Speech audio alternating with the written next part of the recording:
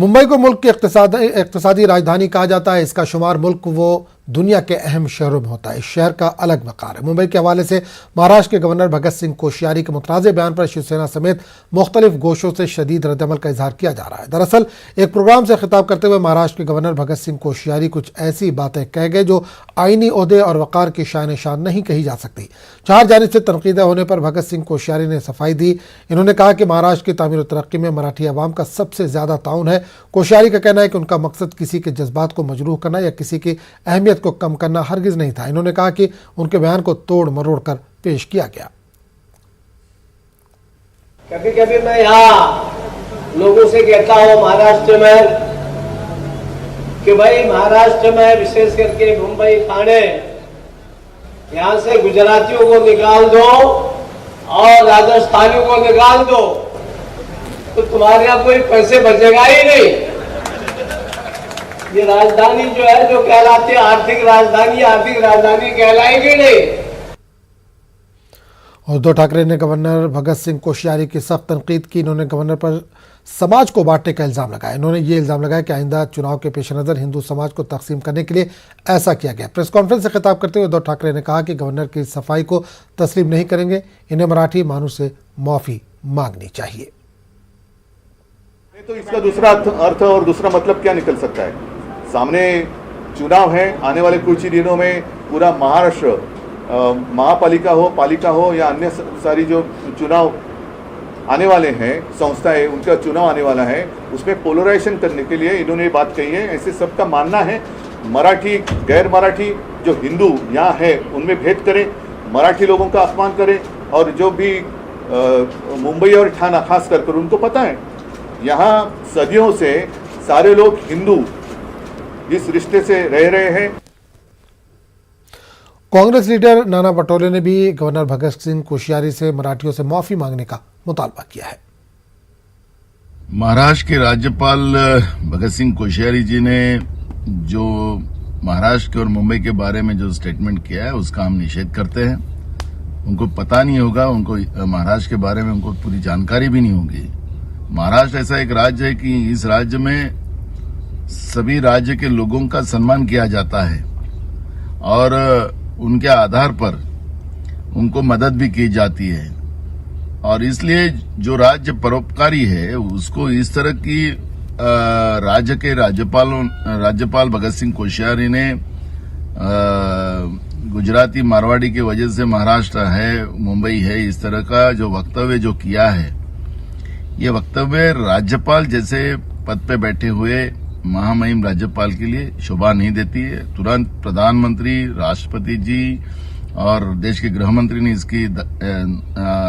इसकी नोंद लेना चाहिए और तुरंत इनको पद से हटाना चाहिए और उन्हें भगत।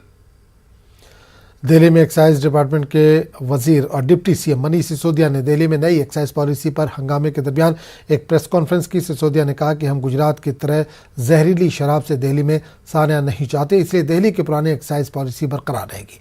डिप्टी सीएम ने कहा कि हमारी हुकूमत गुज़िश्ता साल नई एक्साइज पॉलिसी लाई थी। ख्याल है कि गुज़िश्ता दिनों लेफ्टिनेंट गवर्नर विनय कुमार सक्सेना ने नई एक्साइज पॉलिसी पर सवाल उठाते हुए सीबीआई जांच की सिफारिश की थी। अवैध अगर दिल्ली में लाइसेंस शुदा दुकानों की कमी होती है, अगर वैध तरीके से उपलब्ध शराब की कमी होती है तो नकली शराब का कारोबार बढ़ता है, वो इनको फ़ायदा देता है। इसीलिए इन्होंने ईडी और सीबीआई की धमकी दे दे के दिल्ली सरकार के अफसरों को भी इतना डरा दिया है कि अब जो दुकानें खाली हो रही हैं उनका कोई लाइसेंस करने को तैयार नहीं है। दुकानें जैसा मैंने बोला बहुत सारी खाली हुई, अरबी और भी होंगी, लेकिन इन्होंने ईडी और सीबीआई की धमकी दे दे के अफसरों को इतना डरा दिया है कि अब कोई जो दुकानें खाली हो रही हैं उनका ठेका देने को, उनका ऑक्शन करने को, उनका टेंडर करने को तैयार नहीं है, उनकी नीलामी करने को तैयार नहीं है। और दिल्ली एक्साइज मसले पर दिल्ली से बीजेपी रुकने पार्लियामान ने न्यूज़ 18 उर्दू से खास बातचीत की। उन्होंने कहा कि ये जीत अवाम की जीत है, हुकूमत का काम शराब की तशहीर करना नहीं होता है। दिल्ली में एक बार फिर से पुरानी शराब नीति लागू कर दी गई है और नई शराब नीति को वापस ले लिया गया है। इसी पूरे मसले पर हमारे साथ बात करने के लिए मौजूद हैं बीजेपी सांसद प्रवेश वर्मा। सर, पहले नई शराब नीति लागू की गई, अब उसे वापस ले लिया गया, क्या लगता है आपको? देखिए, लौट के बुद्धू घर को आए हैं। मैं तो यही कहूंगा कि जो कल हुआ है दिल्ली की जनता की बहुत बड़ी जीत है, भारतीय जनता पार्टी की बहुत बड़ी जीत है, हमारे कार्यकर्ताओं की बहुत बड़ी जीत है कि उन्होंने जो संघर्ष किया था कि रिहायशी इलाकों में शराब के ठेके नहीं खुलेंगे, हमारे बच्चों को ये प्रमोट किया जा रहा था कि और शराब पीजिए, उनकी उम्र घटा दी गई थी। तो अरविंद केजरीवाल का जो खुद बच्चे हैं या उनके मंत्रियों के बच्चे हैं, क्या उनको बाकी दिल्ली में अपने बच्चे नहीं दिखाई दे रहे कि वो शराब को प्रमोट कर रहे हैं? एक सरकार का हमारे संविधान में कहा है कि सरकार का काम नहीं है कि वो शराब को प्रमोट करें, उसको बढ़ाने के लिए काम करें या कोई भी नीति लेके आए कि शराब की प्रमोशन हो। उनका काम है कि वो रेवेन्यू को बढ़ाएं, वो दिल्ली के उद्योगों को बढ़ाएं, दिल्ली के उद्योगपतियों को राहत दें, उनको हिम्मत दें ताकि वहां से रेवेन्यू आए। तो कल बहुत बड़ी जीत है हमारी, और अभी इसके पीछे कितना पैसा जो है इन्वॉल्व था, कितना रिश्वत दी गई, ये सारी बातें भी सामने आने वाली हैं। बात करने के लिए बीजेपी सांसद प्रवेश वर्मा, जिनका कहना है कि जिस तरीके से लगातार अरविंद केजरीवाल के घोटाले सामने आ रहे हैं, वो दिन दूर नहीं जब मनीष सिसोदिया को भी जेल जाना होगा। कैमरा पर्सन सोनू मंडल के साथ रचना, न्यूज 18 दिल्ली। वज़ीर-ए-आज़म ने आज पहली all India district legal services authority conference के इफ्तिताही इजलास से खिताब किया। पीएम मोदी ने अदालती निज़ाम में इस्लाहात से मुतालिक अहम उमूर पर बात की। पीएम मोदी ने कहा कि लोगों को मुल्क की अदालतों से उम्मीदें हैं। जिंदगी की आसानी के लिए इंसाफ भी ज़रूरी है और नज़रअंदाज किए गए मसाइल को उठाना भी ज़रूरी है। ऑनलाइन समाज से निज़ाम इंसाफ में तेज़ी आई है। निज़ाम इंसाफ को बेहतर बनाने पर वज़ीर-ए-आज़म नरेंद्र मोदी का क्या कुछ कहना है, आइए आपको सुनवाते हैं। लोगों की सुविधा के लिए कोर्ट्स में वीडियो कॉन्फ्रेंसिंग इंफ्रास्ट्रक्चर का विस्तार भी किया जा रहा है। मुझे बताया गया है कि देश में डिस्ट्रिक्ट कोर्ट्स में अब तक 1 करोड़ से ज्यादा केसेस की सुनवाई वीडियो कॉन्फ्रेंसिंग के जरिए हो चुकी है। करीब करीब 60 लाख केस हाई कोर्ट्स और सुप्रीम कोर्ट में भी सुने गए हैं। कोरोना के समय हमने जिस विकल्प के तौर पर एडप्ट किया, वो अब व्यवस्था का हिस्सा बन रहा है। सुप्रीम कोर्ट द्वारा पहले भी कई बार संवेदनशीलता दिखाई गई है। ऐसे कितने ही कैदी हैं जो कानूनी सहायता के इंतजार में वर्षों से जेलों में बंद है। हमारी डिस्ट्रिक्ट लीगल सर्विस अथॉरिटीज इन कैदियों को कानूनी सहायता देने का जिम्मा उठा सकती है। आज यहां देश भर से डिस्ट्रिक्ट जजेज आए हैं। मेरा उनसे आग्रह है कि district level under trial review committee के चेयरमैन होने के नाते अंडर ट्रायल कैदियों की रिहाई में तेजी लाएं। वैसे मुझे बताया गया है कि नालसा ने इस दिशा में कैंपेन भी शुरू कर दिया है। मैं इसके लिए आपको बधाई देता हूं, आप सबको बधाई देता हूं और अपेक्षा करता हूं कि आप लीगल एड के जरिए इस अभियान को सफल बनाएंगे। मैं बार काउंसिल से भी सीजेआई एनवी रमन्ना का कहना है कि जिले अदालतों को मजबूत बनाना वक्त का तकाजा है। अदालती अमल को रफ्तार देने में जिले अदालतें इंतहाई अहमियत के हामिल हैं। इंसाफ के हुसूल के लिए कोशा एक बड़ी आबादी सबसे पहले इन्हीं अदालतों का रुख करती है। Judiciary is the backbone of the justice delivery system in the world's largest democracy. The district judicial officers are the first point of contact for much of the population. Public opinion about the judiciary is primarily based on their experience with the district judiciary. This casts a great responsibility on our shoulders. You must undertake multifaceted tasks and roles. You are the best placed to understand people's problems and social issues. Every progressive policy must find its base on a strong foundation. Strengthening the district judiciary is the need of the hour. Without any doubt, the district judiciary is the driving force behind the legal aid movement in India. Bengaluru में ABVP कारकुनों ने परवीन के कत्ल के खिलाफ एहतजाज किया। रियासती वजीर दाखिला की रिहाइशगाह के सामने एहतजाजी इकट्ठा हुए और नारेबाजी शुरू की। इन्होंने वजीर दाखिला की रिहाइशगाह पर भी घुसने की कोशिश की। इस दौरान पुलिस और एबीवीपी के कारकुनों के बीच झड़पें भी हुई। पुलिस ने कुछ कारकुनों को हिरासत में लिया।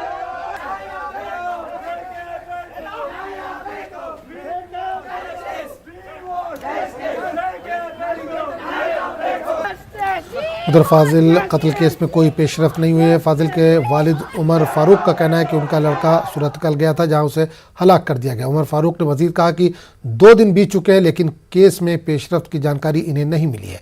न किसी सियासतदान ने ही उनसे मुलाकात की जहमत अभी तक की है। हमारा बेटा इधर ही था, कोई दोस्त ही बुलाया, बोले कि सूरतकल गए। सूरतकल गए एक माल में कोई पीछा किया कि मारा है। हम लाइन में था, हमको फोन आया थोड़ा सी से मारा है बोल के। बाद में देखते ये जो हॉस्पिटल देख रहे हैं हमारा बेटा मर गया। मर के अभी 2 दिन हो गया, अभी तक कोई क्या कौन पता किया मालूम नहीं है। वो जगह में सीसीटीवी फुटेज पूरा है, वो ये देख के हम लोग क्या है बोल के न्यूज नहीं है। एसपी कमिश्नर डीसी पूरा आ गया, 1 दिन के अंदर करता है, बोला 2 दिन हो गया, अभी तक कुछ बात नहीं है, किसके भी बात नहीं, कोई ये नहीं है उसके सवाल। बाद में हम लोग का मिनिस्टर का मालूम नहीं, इधर कर्नाटक का ऐसे नाम का वैसे ये मंत्री है, कोई के आए नहीं है, क्या बात पूछने है, कुछ नहीं है। इधर के एमएलए वोट पूछने का आते हैं इलेक्शन टाइम, अभी तक नहीं आया। ये इसका नाम उमरनाथ कोटे ने बोली तो अभी तक नहीं है, क्या है बोल के पूछने को नहीं है। इलेक्शन में आते हैं वो आके पूछ सकते हैं क्या हो गया बोल के, वो भी नहीं है। हम लोग को जाति गीत मत नहीं है, हम लोग बस नहीं है, वो हिंदू ये मुस्लिम क्रिश्चियन बोल नहीं है। ऐसे भी ये लोग जात करते हैं, ये वोट बैंकिंग। एमएलए को 5 साल है, 4 साल तक तो कुछ जगह नहीं रहता इधर। कर्नाटक के साहिली इलाकों में कत्ल मामले में कर्नाटक रियासती वक्फ बोर्ड के चेयरमैन मौलाना शाफई सादी का बयान सामने आया है। इन्होंने कहा कि मसूद, परवीन और फाजिल तीनों बेकसूर थे। तीनों नौजवानों का कत्ल अफसोसनाक है। चंद लोग फिरकावाराना हम आहंगी को ख़राब करने की कोशिश में लगे। इन्होंने मुतालबा किया कि हुकूमत मसूद और फाजिल के घर वालों के लिए मुआवजा का ऐलान करे और गैर जानिबदाराना तरीके से कत्ल के वाक़यात की जाँच की जाए। मैं मसूद का घर को गया था 1 हफ्ता पहला, और बहुत गरीबी हालत में मसूद का घर वाले, और वो बेल्लार है, वो एरिया बहुत कम्युनल हार्मनी का एक जगह है। वो हिंदू मुसलमानों का बीच वैसा क्या भी दुश्मनी नहीं था उधर। कुछ लोग होना करके ऐसा प्रॉब्लम क्रिएट करना, कम्युनल हार्मनी को ये करना और वायलेशन करना करके कुछ लोग मनमानी से कर रहे। और उसके बाद प्रवीण का ये हुआ। प्रवीण भी अच्छा लड़का है, मुझे मालूम है। उनका फ्रेंड हमारा मुस्लिम जमात का कुछ लोगों के साथ बहुत अच्छा मिलजुल कर रहे। प्रवीण भी वैसा क्या भी मुसलमानों का दुश्मनी नहीं कर रहे थे। और उसके बाद फाजिल का परसों ये हुआ फाजिल, और उसके साथ साथ दूसरा एक लड़का को भी अभी भी सीरियस है उन्होंने, ये जो हॉस्पिटल में लगातार रंगारंग मीटिंग हो रहे। डीसी का साथ मीटिंग हुआ कल परसों, और एसपी के साथ मीटिंग हुआ। हमारा मंगलोर का पूरे लीडर सब मिलके ये कर रहे। कुछ लोगों को ये होना ही है। मैं सबको हिंदू मुसलमान भाइयों से मेरा गुजारिश ये है, आपका जान खतरा में है। ये सियासत के लिए कुछ लोग ये कर रहे, इसलिए ये हिंदू मुसलमानों का बीच ऐसा एक दुश्मनी पैदा करने को कुछ लोग कोशिश कर रहे हैं। उनको हराना ज़रूरी है। अभी तो फाजिल और मसूद को भी, उनका फैमिली को भी ये कॉम्पनसेशन मिलना ज़रूरी है। और मैं सीएम साहब से भी गुजारिश करूँगा, गवर्नमेंट से भी गुजारिश करूँगा, और उसके साथ साथ पुलिस से मेरा गुजारिश ये है, इम्पार्शल ये इंक्वायरी होना ज़रूरी है। ये तो धर्म का और एक कास्ट का ये नहीं है, हर एक कास्ट को, हर एक धर्म को भी इधर इंसाफ मिलना ज़रूरी है। इसलिए पुलिस डिपार्टमेंट बहुत अच्छा काम करेंगे करके मुझे भरोसा है, करना ज़रूरी है। वही मुझे उसका ये वजह मालूम नहीं है, अभी पुलिस इंक्वायरी चल रहा है। जो भी है गरीबों का, 3 गरीब लोगों का ये मर्डर हुआ है, वो तो हमें बहुत खबरों का सिलसिला जारी रहेगा, लेकिन एक छोटे से वक्फे के बाद। इस न्यूज हेडलाइंस के प्रायोजक पेट सफा आयुर्वेदिक जूस। पेट सफा, हर रोग दफा।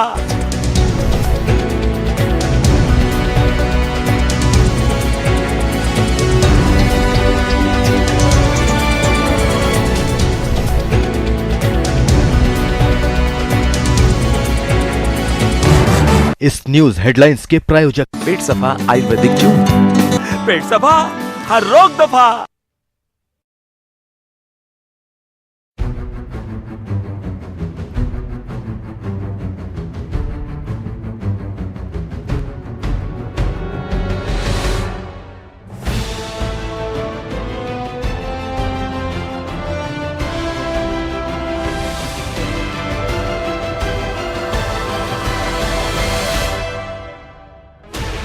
16 channels, 15 languages, 26 states, 1200 plus reporters, 66.9 crore viewers. India's largest news network, News 18 Network.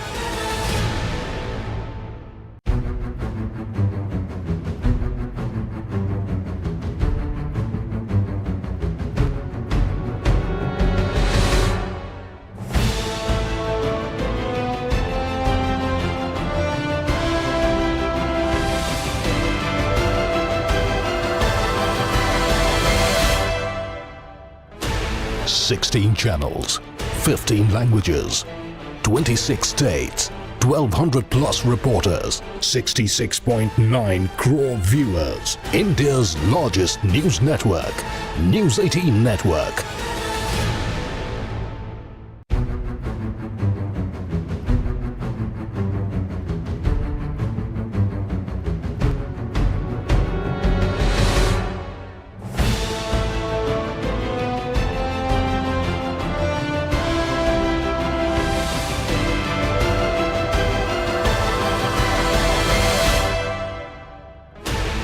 Sixteen channels, 15 languages, 26 states, 1200 plus reporters, 66.9 crore viewers. India's largest news network, News 18 Network.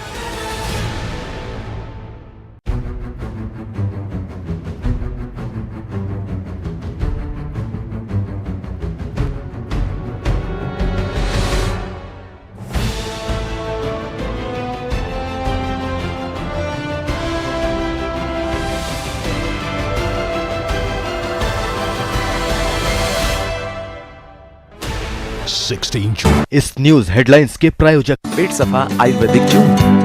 पेट सफा हर रोग दफा।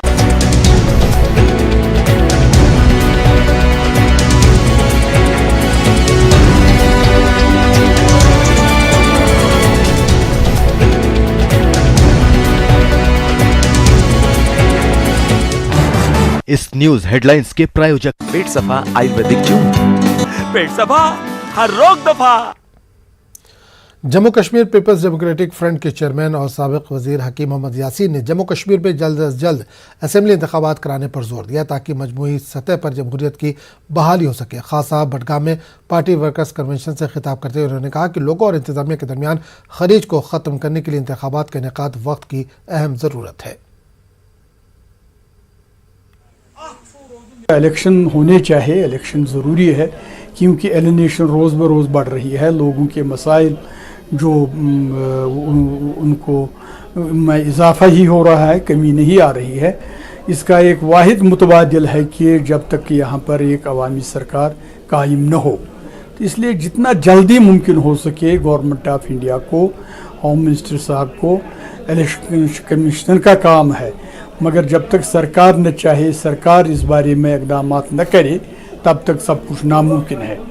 इसलिए उनको चाहिए कि जितना जल्दी मुमकिन हो सके जम्मू व कश्मीर के लोगों को दिल जीतने के लिए, यहाँ के बेरोज़गारी को दूर करने के लिए, यहाँ के ज़मीनी हुकूक जो है उनको वापस देने के बगैर कोई चारा नहीं है।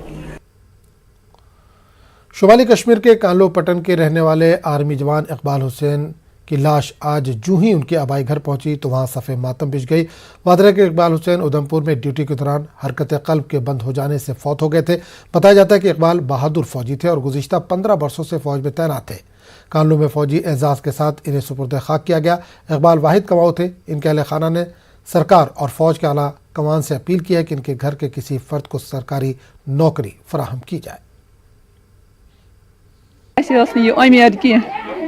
प्राण अमिस महाराज करनस बस गवर्नमेंटस अपील करान अमिस बदल गस नौकरी दिन अमिस गई 18 वरी मतलब नौकरी करा वनकस आर्मी मज वो युत योतन सहर आज पगह यी आज गई अमिस 2 वरी करो अमिस कुन जाए वन बह कर मतलब यमो मकलो यह सहर तह यह तुल त्राय मतलब यमन कह सहर यम पीर मज बोज मोन बेम बुजुर्ग सह गवर्नमेंट गस हिसाब किताब तक बे बे गरीब बे गस नौकरी मिल।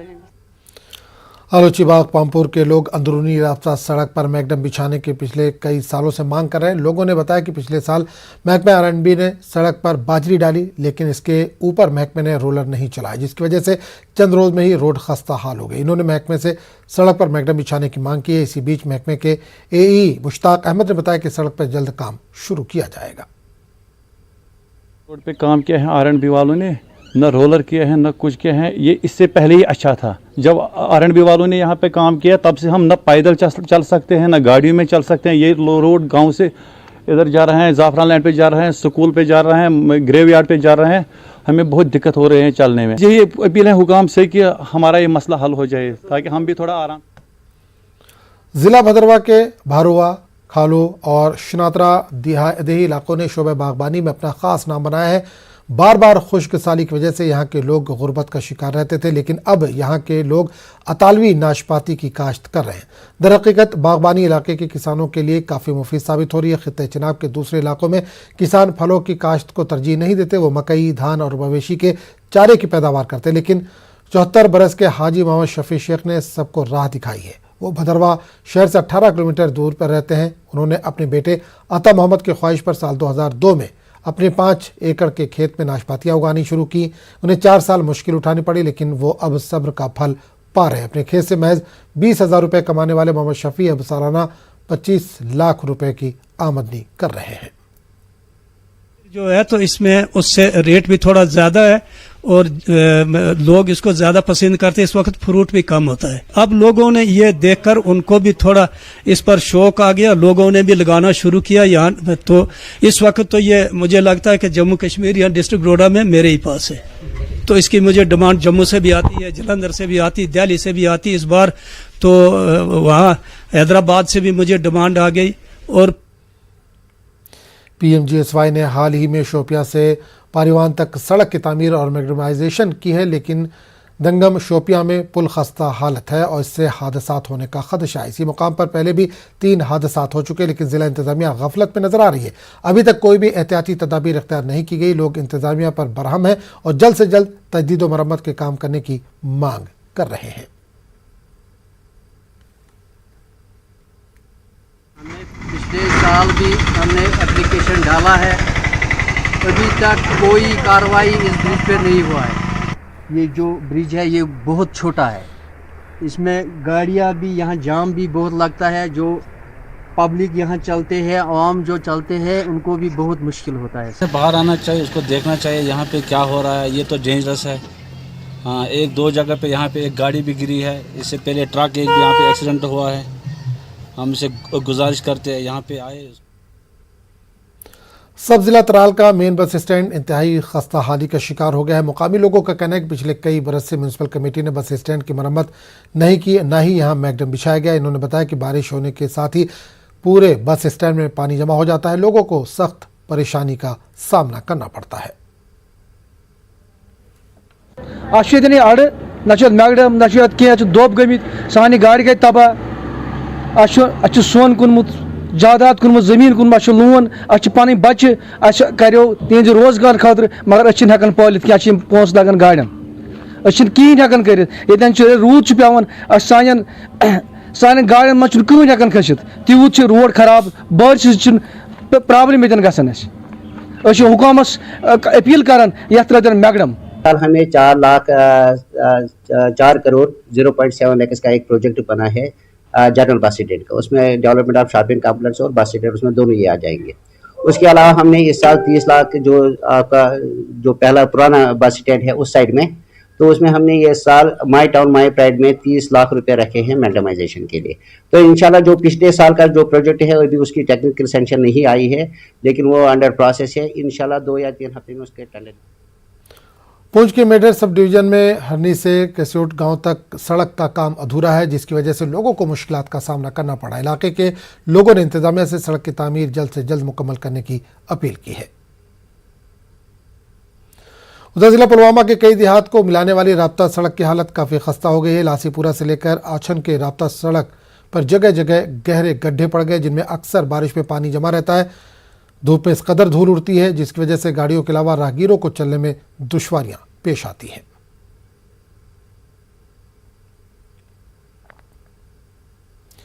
न्यूज 18 नेटवर्क और ट्रू कॉलर दिल्ली पुलिस के साथ it's not okay run to empower का इनेकाद कर रही है, जिसका मकसद हरासानी का सामना कर रही ख्वातीन की कॉल इट आउट करने के लिए हौसला अफजाई की जाएगी और ये पैगाम दूर दूर तक पहुंचाना है कि अवामी मकामात और समाज में ख्वातीन अपनी जगह बनाने के लिए पुरअज़्म है। ये iconic run it's not okay GPS मीट RK तश्कील करेगी। इस रन को नई दिल्ली के नेहरू पार्क से सुबह 5 बजे झंडा दिखाकर रवाना किया जाएगा। इसे 31 जुलाई को न्यूज़ 18 उर्दू पर लाइव देख सकते हैं। हमारे साथ जुड़ें और जिनसे हरासानी के खिलाफ आवाज़ बुलंद करें। Call it out because it's not okay. इस बुलेटिन में फिलहाल इतना ही। आदाब।